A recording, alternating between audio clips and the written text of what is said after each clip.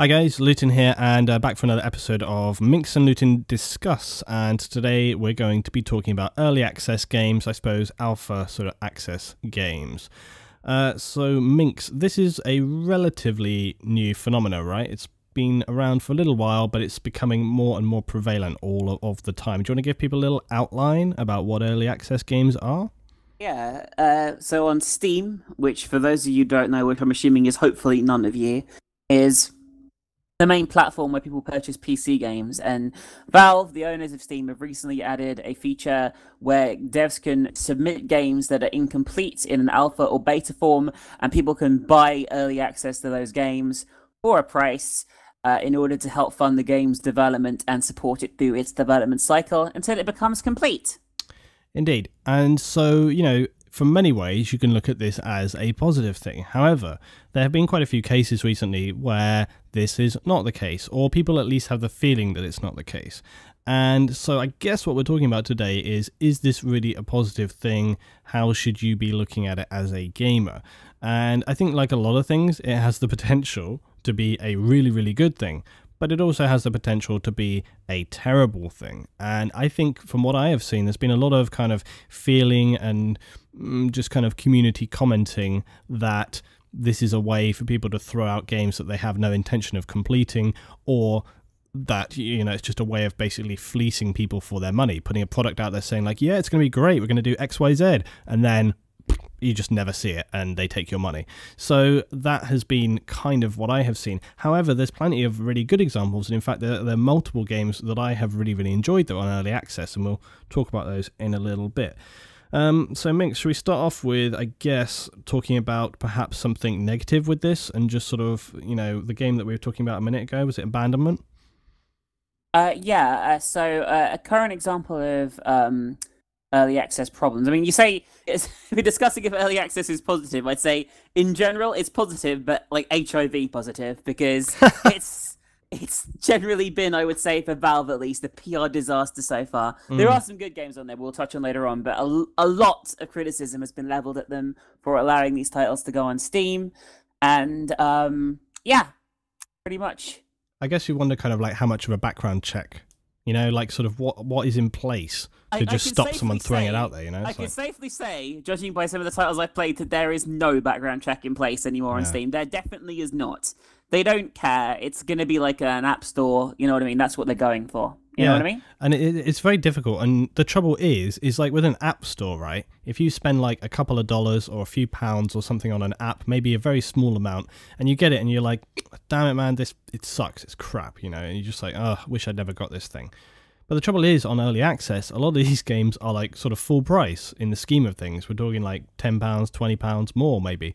And it's just kind of like, that's quite a lot of money to ask for someone straight up for a game that's essentially totally unfinished and maybe even still in development. In fact, they're kind of classifying early access as maybe even being an alpha of a game, even for large games. So we're thinking about stuff like H1Z1. And whilst this is in progress and a lot of people kind of enjoying it, there's many people who don't, or they don't feel it's kind of right. And there's a bit of a question mark for me over sort of putting something out there which is totally unfinished and people don't know entirely which way it's going to be devved, you know, in terms of how positive it will be towards the end there. Now, I guess the obvious answer is just don't buy it then. But unfortunately, you've got to kind of remember that I feel personally that the devs have a responsibility to make a really strong case for if they're actually going to complete it. And if they say they're going to do it, they should be held to that. It should be a legal entitlement that if you say you're going to complete something and you're selling a product, that you should be. Right now, it seems to be very kind of up in the air. And I think gamers as well are just naturally very wary about anything like this, where there's sort of someone's putting out a product that's like 20% finished and saying like, yeah, can we take loads of your money for that? That doesn't sit very well with a lot of people, you know? Yeah. Very, I think Valve are shooting themselves in the foot to a certain degree by encouraging this behavior. But let's talk about the actual behavior itself from devs. Like, let's take a case in point in this game called The Stomping Land, which I thought was quite good. It's a survival game with dinosaurs. I played it a fair bit when it was originally put on early access, and I liked it, and I was looking forward to seeing more. I don't think it's received an update for a considerable amount of time now. From what I can see, it is still available to purchase. I believe it was taken off for a bit, but it seems to have been put back on. There's even a post from one of the game's developers saying that they can't contact another one of the developers, or something along those lines. Someone involved with the game appears to have done a runner and is not working on the game at all. And it's confirmed on the forums. This game is not going to be updated, yet it's still being sold on Steam. I mean, what the fuck is going on? Ridiculous. Yeah, it's true. When you get into a situation like that, that's where Steam should really step in and say, okay, look, this is not something we should be being allowed to be sold anymore. It's not a full game. If they want to continue to sell the element of it that's there, then maybe they should drop the price a lot. But they're not selling it off of the back of what it originally intended to be, which was a full game or a game in development to a full game. So they're not kind of giving people what they expect. There's still a lot of criticism about many games on Steam in this way, which people buy and then are not fit for purpose, or they just don't work, And again, the issue with refunds and things like this comes into play, where you feel like I've been missold a product, and it's very difficult sometimes to get sort of a digital return on a product, and the laws vary for people all over the place, but we're not going to get into the legalities there. So yeah, it's a difficult thing. It's a multiplayer game that requires servers to be maintained as well, from what I know. Yes. So yeah, that's always a difficult thing with games in general. I mean, that's a whole other topic in itself, is kind of, how long should a server be maintained? When you buy the game, if it's a multiplayer game, how long do they say they're going to look after their servers for? I remember seeing copies of things like Asheron's Call, the old MMO and stuff, for sale when I knew the game servers weren't really active at all. You know what I mean? Like, it was nowhere near as advertised.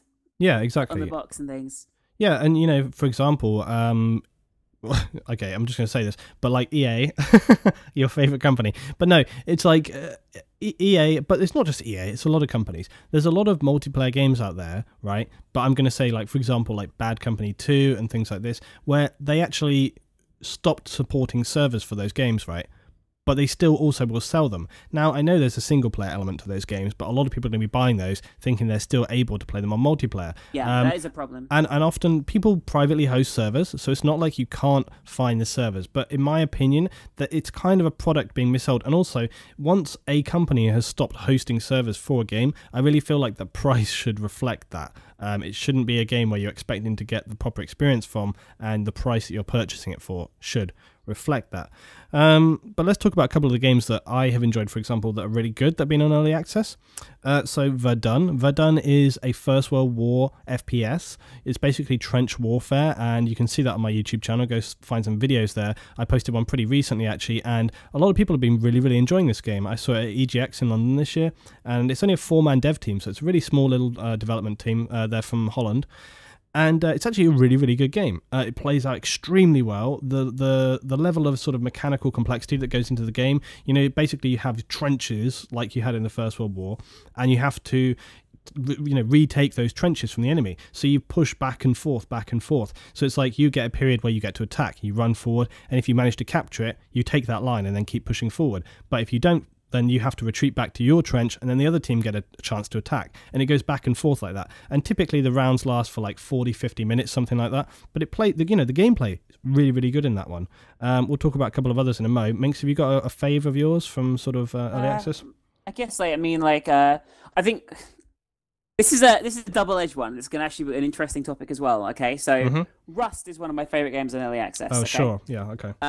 The issue with Rust is they created a game December of 2013 that was really good. It had quite a lot of features already in it, and it was added to very quickly and supported really well. Then halfway through last year, they said, actually, this is not going the creative way we want it to go, and as it's early access, we don't owe you anything. So they completely removed that part of the game and started again from scratch, reverting it back to an incredibly early alpha and changing a lot of how the game worked from a base level. And it's only really now that it's getting back to how it was a year previously. So how long would you say it was kind of not in a position to play the game? I would say there was at least a period of, I don't know, like 5 months where the old servers with the old version were just plagued with hackers and had no support, and the new version was way too buggy to be of any worth at all. Yeah, I mean, it's a difficult one, and I kind of guess that, when you originally purchased the game, there's like disclaimers and things saying this game's going to be in dev. And so, this is the thing. It's kind of like you have to walk this really difficult line between what they owe you in terms of your money, what have you paid to have, And at the same time, what have you chosen to get yourself into? You know, if you're putting your money down on the table saying, you know, I know that this game is not a complete game and I'm happy to put forward my money for that. Well, essentially, if it turns out to be a load of crap, that's your money wasted. It's like any investment, you know. I suppose an analogy you could use is just kind of, you know, standard financial investment. If you put your money into something, it's a risk and you don't know what you're going to get back on that. You might get double your money back or nothing. You might lose. And I guess that's kind of what the deal with this is. It's like, look, what they're saying is you get to experience the game well before we would actually be able to release it, and that's what you're paying for. On the other hand, it could actually not work out, or it could be a lot worse than you think, you know. But if I was to pick a game that's like been a straight up success in terms of early access, I think Speedrunners is a great example. From the get go, it was fast, it was fun, it was addictive, it was still just as enjoyable as before, and I think that's a really excellent, really excellent game that, even in its current state, currently still on the early access list, is absolutely phenomenal. I really think it's worth the money and great. I would say also Prison Architect. And, you know, I played that. It's pretty good. Yeah, I like Prison Architect a lot. And although I've not really covered it in great detail, I love the hell out of that game. And I really should, because I really like the game. Prison Architect is just basically, as it sounds, you are the architect of a prison and you have to manage all the inmates. It reminds you a lot of kind of a lot of other sort of management games, sort of, I suppose, sort of Theme Hospital, those kind of things. But it's basically like a little top-down manager. But plays out really, really great. Again, small dev team, but for the money, you get a hell of a lot of game. And the thing that's good about Prison Architect, they have been continually updating it. You know, periodically the game has been supported all the way through. Again, I got to meet those devs at EGX, had a long chat with the guys there, and really, really nice bunch of people. So, you know, there's these good examples. There's other things that we can mention, like Kerbal Space Program. The Long Dark has been really well received. I Am Bread, that's a favourite of yours, Minx. You love that game? Fucking hate that game. That's a good point, actually. What about games like that? I'm not going to talk specifically about that game, but what about games like... see, this is a danger point, I would say. Stuff like I Am Bread, it kind of ties into the conversation we had on one of our other podcasts about kind of like glitchy games. YouTube fodder sort of thing as well. And that's the kind of game that could go into early access, where they're kind of like, yeah, man, it's going to be this and this. And actually what they want is a just flash in the pan, quick sale, because it's clickbait. Like everyone does YouTube videos, people click on it, buy it at the end. Yeah, that's basically it. I wonder how its sales have been, actually. I'm curious as to how well it did. Well, like I Am Bread, like, where do you go with it after that?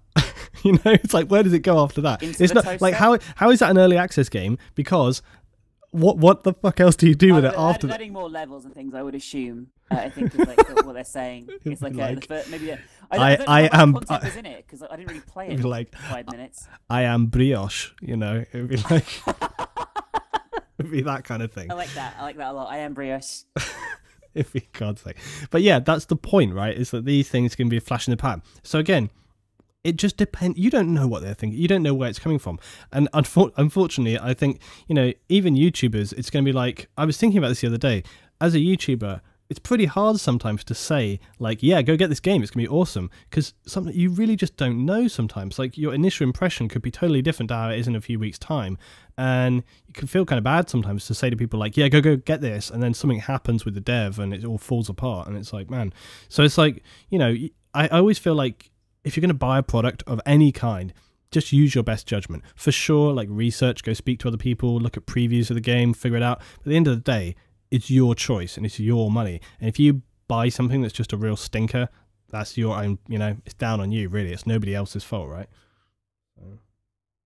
But what do you think Steam could do more to assist people here? Should they be more stringent about it? Should they be vetting it? I mean, surely they should maybe do background checks. I don't know, but like I feel that if they want to be an app store, they have to be a lot laxer than they previously were. If they want the sheer variety to be on there, but at the same time, there should be standards. Like there was like Drivel, like fucking. I mean, it's not just early access, just general Drivel getting onto Steam, which is clearly a scam. Games that have used stolen assets have got onto Steam recently. Yeah. Games that have just like been complete bullshit. I mean, Valve, if they want to, I understand wanting to make it an app store to a certain way, because I understand how popular that is, and I understand there's a lot more variety on there. And you might find stuff that's in a niche that, you know, might not be great, but at least it's easier for devs to get their games on there now. Yeah, sure. And I feel in some ways that's a good thing, but I feel that people have taken advantage of the system, and Valve do need to do something about making sure that games aren't a scam, are removed if the devs bail on them completely, which is evident that they have in some cases. Obviously with Towns, the devs just said, we're gone, done, that's it, game's finished. Yeah, and it's like, you know, it can't be that difficult to react to that situation, can it? You know, it's pretty clear cut. And well, no, but they did react, and they reacted by adding more disclaimers that allow devs to do that in the first place. So now, when you buy an early access game, it doesn't say that the dev has to fucking finish it. They can just abandon it whenever they want. That's actually in the terms and conditions, I'm pretty sure. Man alive. I mean, it does make you wonder, like, what the hell you should ever purchase. Yeah, just... God. Yeah, it's flawed. I mean, I guess my point is, as well, sometimes with these things, it's like... I wish sometimes the devs would just be like, hey, yeah, we're just going to finish the game. There's kind of like a question mark for me over just the process of early access. It's kind of like, look, I know there's a whole funding deal and all this kind of stuff. That's really where it comes from, is the idea that, look, we got some money to start this game, but then we need your support to actually push it through to its conclusion. That makes sense, but it's just hugely open to exploitation and people to just twist it the wrong way. And like I say, there's some great examples of where it works. Like you have small dev teams like Prison Architect Verdun. The Long Dark is a game which is, you know, being adapted. When it first came out, it felt like, man, it's going to be ages before they actually update it. It wasn't that long. You know, they've added new stuff to it. They've said there's going to be a single player. So there's some good examples there. What was the other one you said about? Yeah. No. I mean, an example of a game that's been updated a lot, but I feel has never made any progress is The Forest. I feel it's still as glitchy and fucking... I kind of like it. Like, I don't hate it, but I still feel it's kind of a glitchy mess, and it has been ever since it came out. And the problem is with that is the fact that every time there's a patch, and there's been a lot of them, I can't criticize them for not getting stuff done, because they have been. There's been regular updates. It's just the fact that nothing... It just seems to add more broken stuff rather than fixing existing problems. And I guess that's just a criticism of me criticizing the development team and their approach rather than their overall ethic, because they obviously are trying to produce a quality product and add a lot of stuff to it. I just feel that perhaps they're going about it the wrong way, and I feel obviously there's going to be inexperienced dev teams or people that you know, maybe have an approach that a lot of people don't like, putting their stuff up in early access, and you're never going to be sure how a developer's going to approach their game in the first place either, if you know what I mean. It's just like trying any new product for the first time. You know, it's like you can read everything about it, but you might still hate it. And yeah, like we've said a few times already, you know, that's just the way you kind of just got to judge it and decide and go like, okay, am I happy to throw my money at this? I guess something that I would say is, at the end of the day, all games are basically luxury items. You know, they're not really essential to your daily living, and so, you know, whenever you purchase a game, you will be careful with it because it's your money, but essentially you're buying, you know, you are choosing to spend your money on something which isn't essential to your living. So it's a luxury, and therefore, you know, if you spend it and it just doesn't work out, well, it's bad luck and it sucks, but, you know, it wasn't really essential in the first place, so you can kind of take some small solace in that, I suppose. There is one title, I would say, that is another really good example of early access working well, and that's Don't Starve Together.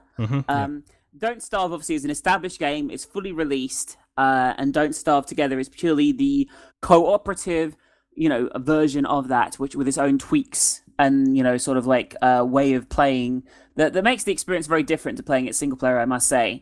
And they released that on early access.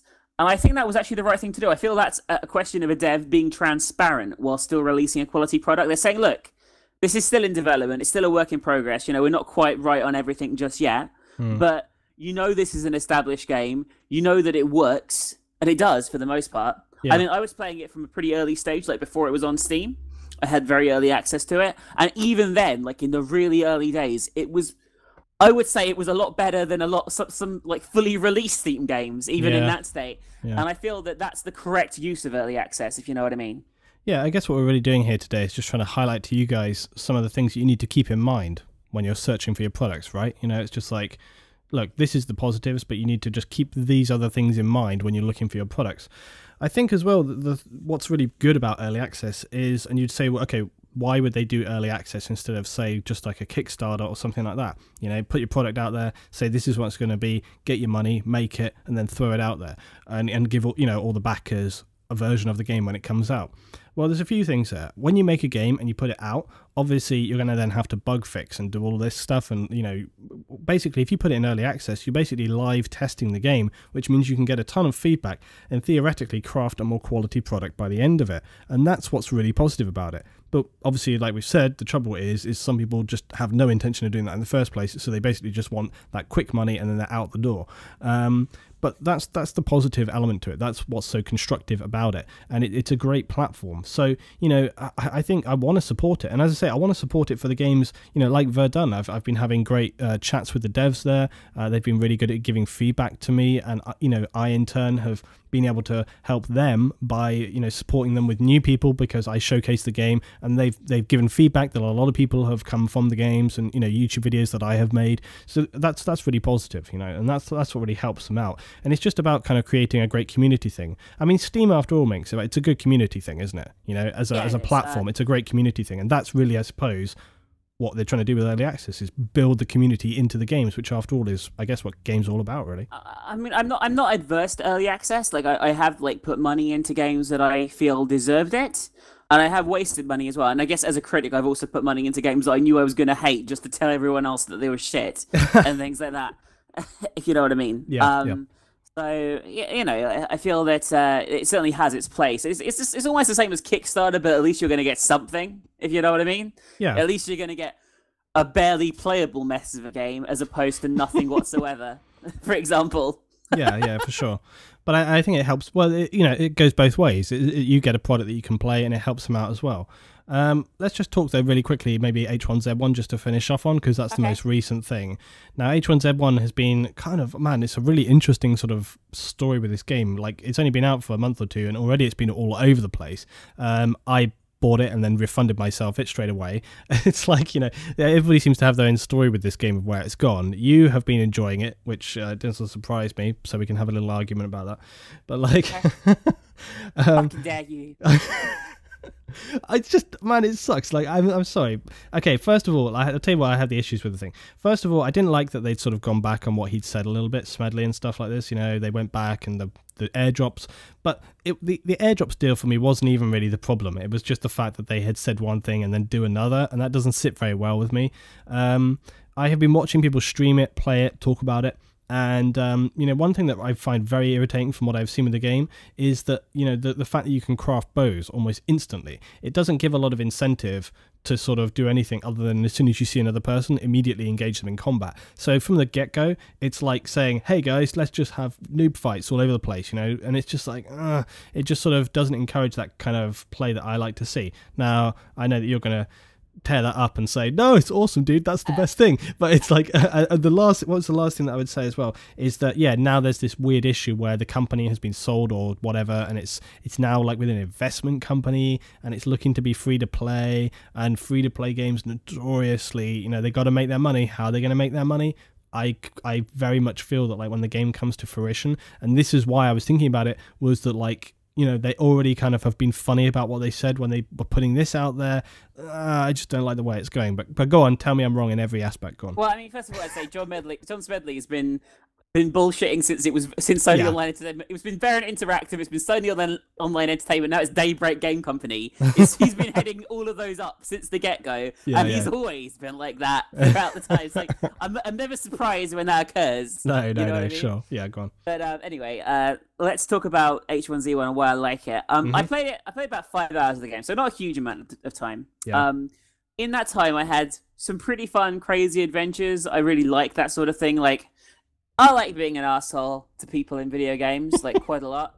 I like abducting people, forcing people to do horrible stuff at gunpoint, murdering people randomly. I swear we could have a whole series where you just abuse me in game, and I'm like, Minx, for God's sake, let me go! Like, I just like being horrible in video games to people, and I expect them to be horrible back. Well, unless they're really nice. If someone's nice to me in a game, I think a victim sort of thing. Oh, I'll be nice just for a while, sort of thing. But anyway, I expect people to be assholes and shoot on sight and things like that, which is kind of what I like about those games. Like, okay, I get a bit salty maybe if I'm like mowed down constantly. You know what I mean? Yeah. But for hours and hours and hours. But in general, I really don't mind it. I kind of expect to be killed a lot. Yeah. So my goal in the survival games is to get a weapon and then eliminate as many people as possible, hopefully while having amusing dialogue with them at the same time. Yeah. While they beg for their lives because they're helpless. Or, even a firefight. Like, it's fun if, like, you're in a firefight and you're hurling abuse at each other, especially if you win. Yeah, and then you can loot their body. I mean, like, we were playing the other day, for example, and a friend of mine died. and me and another friend killed the two people that killed him. And we were like, oh, yes, we did it. And then our friend was like, I'm still on my corpse. I haven't respawned yet, he said. And one of you's looting it right now, right? And I was like, no. And we ran over and there was a guy lying prone on our friend's corpse and he didn't move. Like, we were right up close to him and he was like, you could tell he was just hoping that, like, no one was going to notice he was, like, lying on this body. Like, he was dead. And we went right up and at point blank, we just executed him between the eyes. Oh. Not a word, not a resistance, not even a fucking sentence. And I thought it was literally hilarious. Those are the great moments. Would you say it was a good example of an early access game? Yeah, I would. I didn't find it very glitchy. I found it very fun. I found it didn't have any like lag problems or connection problems. I mean, obviously it wasn't finished or anything, but I had more fun playing that than I did DayZ because it felt just smoother and more arcadey, if you know what I mean, in the way it approached stuff. And I like that. I'm not looking for a hardcore survival experience. I'm looking for a game where I can be a dick to people and get away with it as quickly as possible. Why do you think that there's such a prevalence of survival games in early access? Because it seems to be, like, when you look through, it's like survival, and they're all these kind of asshole simulators. Because they're the type of game that lends themselves to overly ambitious people that promise the earth and can't actually deliver it. People have this grand vision in their heads, and no game has ever done it yet. Like DayZ, obviously, is the most popular, but that's been in a perpetual mess of brokenness and problems for fucking years. You know what I mean? Or maybe not years, but even if you include the mod as well, it's always been a glitchy, kind of bad, but lots of people play it anyway sort of game, if you know what I mean. Yeah, and this genre is such a kind of hotbed of support. I'm kind of surprised that no big company has tried to take it on as like a sort of AAA MMO right now, because it seems like they could do it. A AAA MMO zombie survival game. I mean, I think it's only a matter of time till there will be one. Like Sandbox as well. I mean, and here's the thing, right? Okay, here's the thing. With these kind of games, I actually am okay, surprisingly, I'm okay with people being a dick, because people are a dick to each other in real life. That's the nature of people. There are people out there that will be complete asses and other people that won't. And so what I would like to see is a AAA company or whatever would take on the zombie survival sandbox world in a way that enables people to do both, to actually have some real constructive objectives, but at the same time allow you to kind of run around shotgunning people, because again, in a completely sort of society breaks down kind of situation, that's probably what would happen. If you look at any kind of movie, think about like Mad Max or something. Mad Max is kind of like society starting to break down and things are getting a bit crazy, and it's like, you've got people that are trying to keep things together, and you've also got the psychopathic crazies who are just driving around going like, whoop, just like shooting the shit out of everything. And it's like, you can have both, but right now these games always seem to they never incorporate that. Like DayZ, for example. DayZ has the possibility of being that, yet there is no objective in DayZ. It's kind of like, you have to kind of vaguely go north and like, it's like there's not really, and so it's no wonder that people end up just being assholes to each other, because there's nothing else to do. And so it's like, if someone would just get their act together and make one of these games which actually had some purpose, then what you would have is people that are trying to get together, cooperate, find stuff and achieve that purpose, and then the nutters as well. And that would be a great dynamic to have between the two, because you'd be trying to defend against the psychos and try and do it, and they would have a lot of fun trying to stop the people who wanted, So I feel like that would be the great way to go, and I'm surprised it hasn't happened yet, I think my closing thoughts on early access would be that I feel it's a necessary evil in the current climate. I feel that it's just become part of how we play PC games, and I feel in the end it may well be how we play console games as well in the long run. I think a lot of the console developers will look at this and be like, yeah, I could do exactly the same on console. Charge people for my beta of my AAA game, and they will. I'm fully sure they will really soon. So yeah, it's the way it's going to happen.